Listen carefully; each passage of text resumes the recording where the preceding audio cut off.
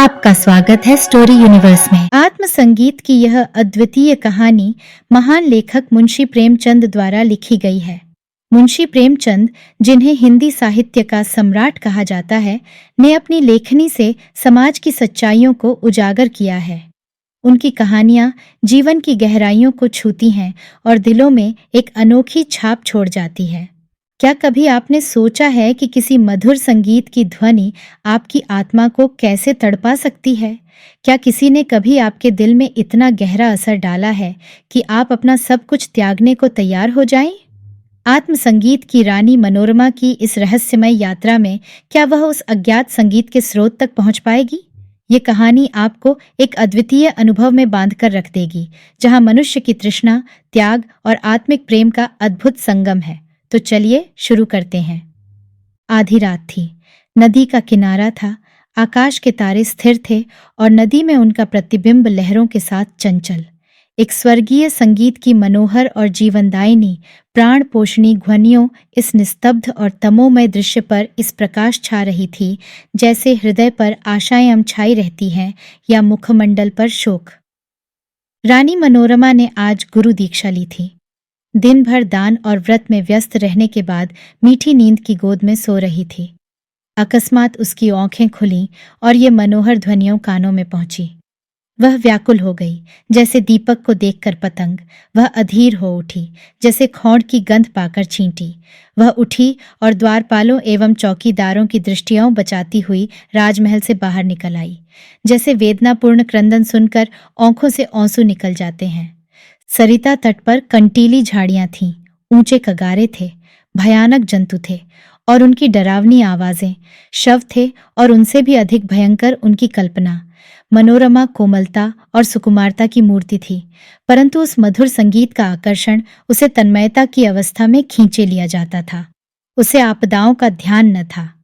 वह घंटों चलती रही, यहाँ तक कि मार्ग में नदी ने उसका गतिरोध किया। मनोरमा ने विवश होकर इधर उधर दृष्टि दौड़ाई। किनारे पर एक नौका दिखाई दी। निकट जाकर बोली, मां जी, मैं उस पार जाऊंगी। इस मनोहर राग ने मुझे व्याकुल कर दिया है। मां जी, रात को नाव नहीं खोल सकता। हवा तेज है और लहरें डरावनी, जान जोखिम है। मनोरमा, मैं रानी मनोरमा हूँ, नाव खोल दे, मुँह मांगी मजदूरी दूंगी। माँ जी, तब तो नाव किसी तरह नहीं खोल सकता, रानियों का इसमें निबाह नहीं। मनोरमा, चौधरी, तेरे पांव पड़ती हूँ, शीघ्र नाव खोल दे, मेरे प्राण खिंचे चले जाते हैं। माँ जी, क्या इनाम मिलेगा? मनोरमा, जो तू मांगे। माँ जी, आप ही कह दें, गंवार क्या जानूं कि रानियों से क्या चीज मांगनी चाहिए। कहीं कोई ऐसी चीज न मांग बैठूं जो आपकी प्रतिष्ठा के विरुद्ध हो। मनोरमा, मेरा यह हार अत्यंत मूल्यवान है, मैं इसे खेवे में देती हूँ। मनोरमा ने गले से हार निकाला। उसकी चमक से मौजी का मुखमंडल प्रकाशित हो गया। वह कठोर और काला मुख, जिस पर झुर्रियां पड़ी थीं। अचानक मनोरमा को ऐसा प्रतीत हुआ मानो संगीत की ध्वनि और निकट हो गई हो।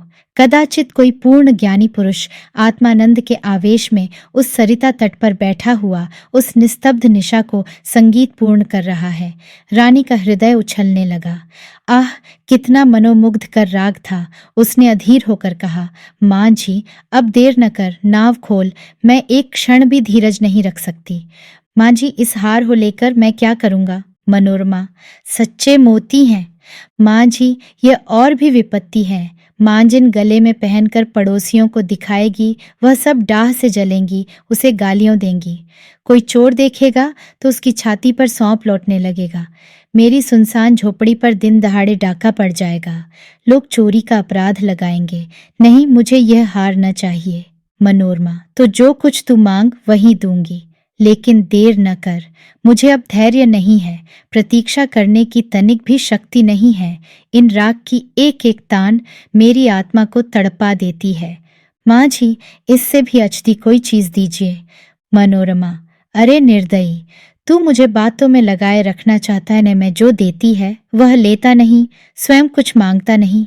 तुझे क्या मालूम मेरे हृदय की इस समय क्या दशा हो रही है। मैं इस आत्मिक पदार्थ पर अपना सर्वस्व न्यौछावर कर सकती हूँ। मान जी, और क्या दीजिएगा?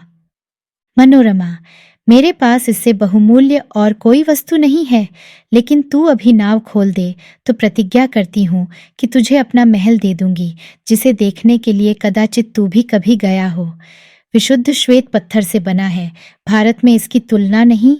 माँ जी हंसकर, उस महल में रहकर मुझे क्या आनंद मिलेगा, उलटे मेरे भाई बंधु शत्रु हो जाएंगे। इस नौका पर अंधेरी रात में भी मुझे भय न लगता।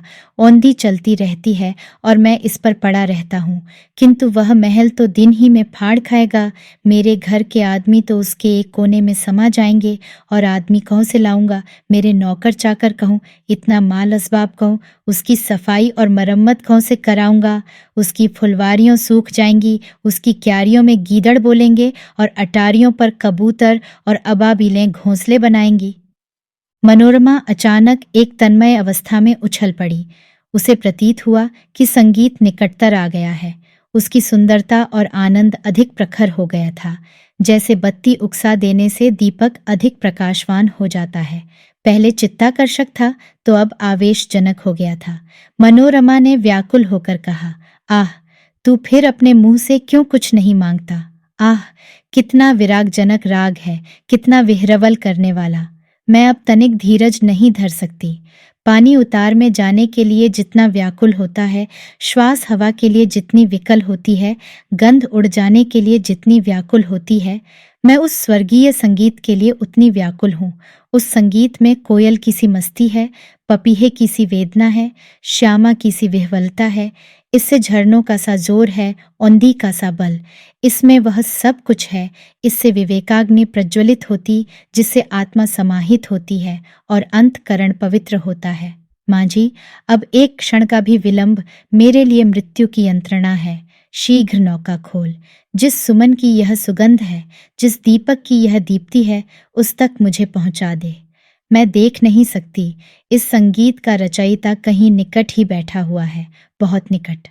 माँ जी, आपका महल मेरे काम का नहीं है। मेरी झोपड़ी उससे कहीं सुहावनी है। मनोरमा, हाय, तो अब तुझे क्या दूं? यह संगीत नहीं है, यह इस सुविशाल क्षेत्र की पवित्रता है। यह समस्त सुमन समूह का सौरभ है, समस्त मधुरताओं की माधुरताओं की माधुरी है, समस्त अवस्थाओं का सार है। नौका खोल। मैं जब तक जीऊंगी तेरी सेवा करूंगी, तेरे लिए पानी भरूंगी, तेरी झोपड़ी बहारूंगी। हाँ, मैं तेरे मार्ग के कंकड़ चुनूंगी, तेरे झोंपड़े को फूलों से सजाऊंगी, तेरी माँ जिन के पैर मलूंगी। प्यारे माँ जी, यदि मेरे पास 100 जानें होती तो मैं इस संगीत के लिए अर्पण करती। ईश्वर के लिए मुझे निराश न कर। मेरे धैर्य का अंतिम बिंदु शुष्क हो गया। अब इस चाह में दाह है, अब यह सिर तेरे चरणों में है। यह कहते कहते मनोरमा एक विक्षिप्त की अवस्था में माँ जी के निकट जाकर उसके पैरों पर गिर पड़ी। उसे ऐसा प्रतीत हुआ मानो वह संगीत आत्मा पर किसी प्रज्वलित प्रदीप की तरह ज्योति बरसाता हुआ मेरी ओर आ रहा है। उसे रोमांच हो आया। वह मस्त होकर झूमने लगी। ऐसा झांत हुआ कि मैं हवा में उड़ी जाती हूँ। उसे अपने पार्श्व देश में तारे झिलमिलाते हुए दिखाई देते थे। उस पर एक आम विस्मृत का भावावेश छा गया, और अब वही मस्ताना संगीत, वही मनोहर राग उसके मुंह से निकलने लगा। वही अमृत की बूंदें उसके अधरों से टपकने लगीं। वह स्वयं इस संगीत की स्रोत थी। नदी के पास से आने वाली ध्वनियों, प्राणपोषिणी ध्वनियों उसी के मुंह से निकल रही थीं।